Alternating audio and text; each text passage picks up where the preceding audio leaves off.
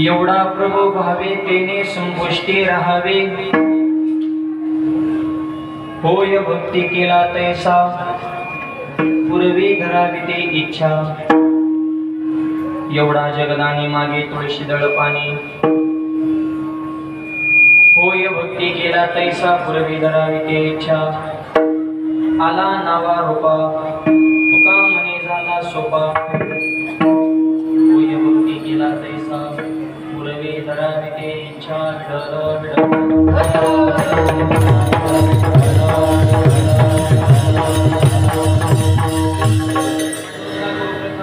दुसरे चरण संताच्या त्यांच्या कृपादाने कधीचा विस्तार बापाजी सद्गुरु दास कृपा। ओम नमो ज्ञानेश्वरा करुणाकरा दयाला तुमचा अनुग्रह लादून पावन झालो चराचरी। नमो सद्गुरु तुकया ज्ञान दीपा, नमो सद्गुरु सचितानंद रूपा, नमो सद्गुरु भक्त कल्याण मूर्ती, नमो सद्गुरु भास्करा पूर्णकीर्ती। जगद्गुरु तुकोबऱ्याच्या अभंगातून देवाचं सामर्थ्य सांगून त्याच बरोबर भक्ताचा महिमा प्रतिपादन करतात। विडवलं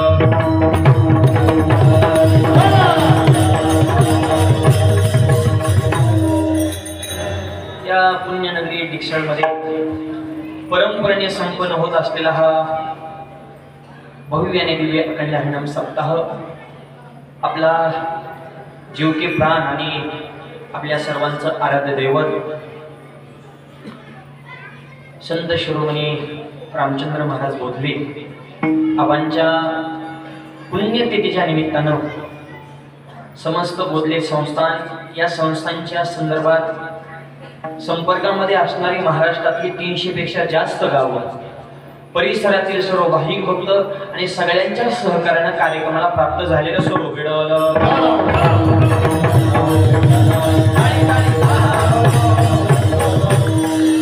येतो थोडा कमी ठेव बोलताना आवाज द्या, फक्त मेन आवाज द्या.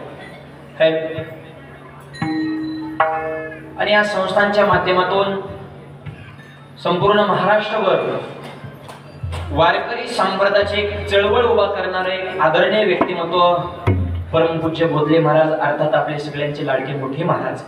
महाराजांच्या कुशल मार्गदर्शनाखाली अखिल भारतीय वारकरी महामंडळ स्थापन करून महाराष्ट्रातल्या शेवटचा घटक सुद्धा या निमित्तानं संघटित झाला पाहिजे म्हणून भारत देशाच्या लेवलला काम करणाऱ्या महाराष्ट्रातले एकच संस्थान म्हणजे बोधले संस्थान आहे. आणि अर्थात आपले मोठे महाराज त्याचं ते कार्य करतात. राज्य लेवलला, जिल्हा लेवलला, तालुका लेवलला, अगदी गावाच्या लेवल पर्यंत सगळा वारकरी समाज संघटित व्हावा, एकत्रित यावा यासाठी मोठ्या महाराजांचं विशेष योगदान आहे.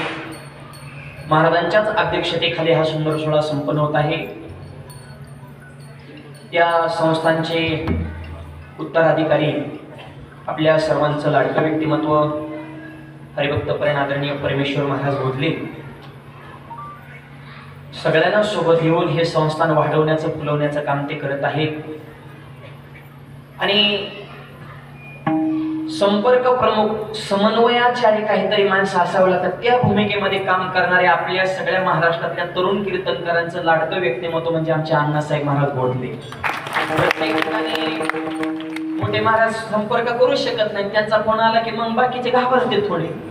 मग आमच्या अण्णा महाराजांचा फोन आला की आपल्या घरातल्या माणसाचा फोन आला, समवयस्क असलं की असं सगळ्यांना सोबत घेण्याचं काम आहे. ज्येष्ठ कीर्तनकार, संप्रदायातले युवा कीर्तनकार, आवाज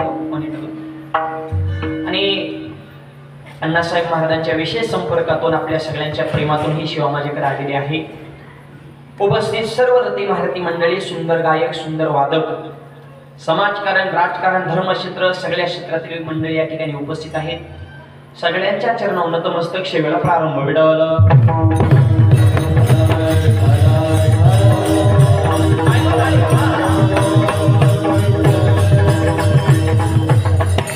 अभंग तुकोबरांचा आहे. आजच्या अभंगातून देवाचा मोठेपणा सांगतात हे मान्य आहे, पण देवाचा मोठेपणा सांगून एवढा मोठा देव ज्या भक्ताच्या हृदयात राहतो त्या भक्तांचं सुद्धा सामर्थ्य तुकोबरा प्रतिपादन करतात. विडवलं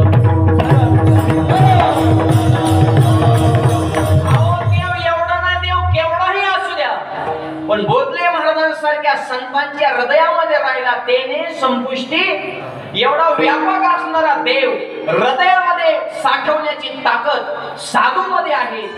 मग हा प्रश्न आहे, आजच्या अभंगातून नेमका देवाचा मोठेपणा सांगायचा का संतांचा सांगायचा आहे?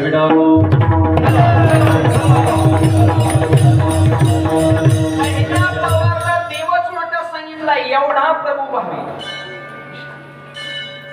पण उत्तरार्धामध्ये तेने संपुष्टी राहावी एवढा भगवान हृदयामध्ये राहतो. देवाच्या मोठेपणाबरोबर यामध्ये भक्ताचं सुद्धा सामर्थ्य दडलेलं आहे. विडवलं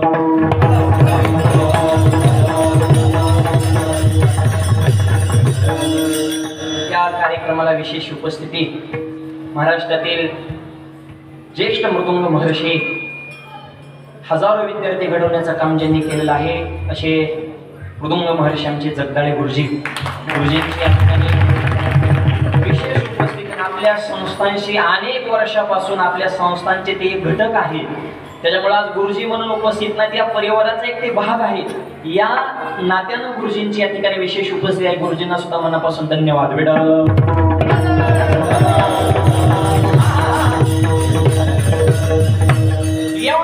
एवढा शब्दाचा अर्थ एवढा म्हणजे तो शब्दातच सांगता येत नाही. एवढा म्हणजे नेमका केवढा?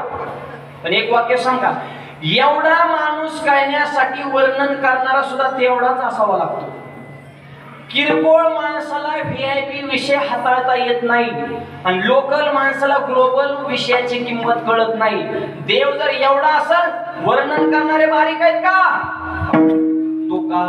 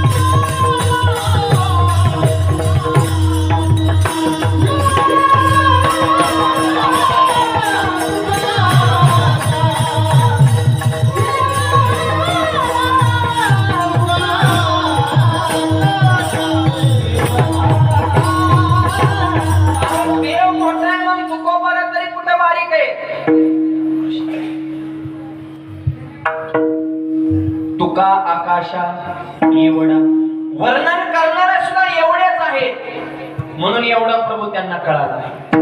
ठीक आहे महाराज, एवढा सुरू झाल्यापासून एवढा एवढा लावलाय, पण नेमका कशाच्या बाबतीत एवढा हे समजून सांगा. सत्याच्या बाबतीत एवढा, संपत्तीच्या बाबतीत सुद्धा एवढा आणि आकाराच्या बाबतीत सुद्धा एवढाच मिळवलं.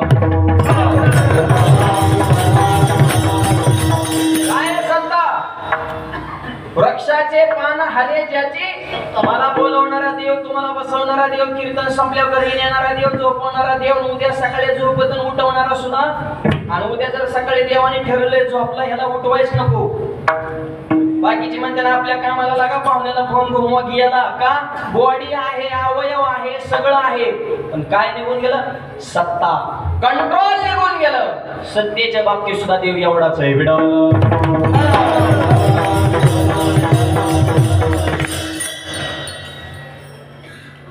सत्तेच्या बाबतीत एवढा. म्या बोलविल्या, म्या चालविल्या, म्या हलविल्या, प्राण हलितो जगाती चालिता. येथून ते धवारी आता नाही, सत्ता तुझी आची, नाही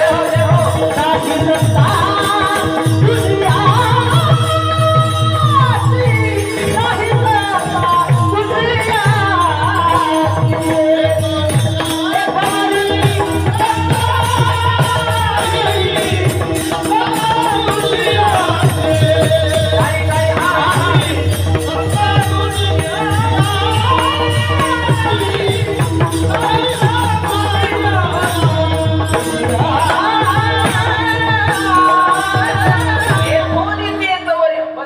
प्रसन्न बसा बरं जरा सगळे ताट आवाज हाताने टाळीत काल भुका लागले.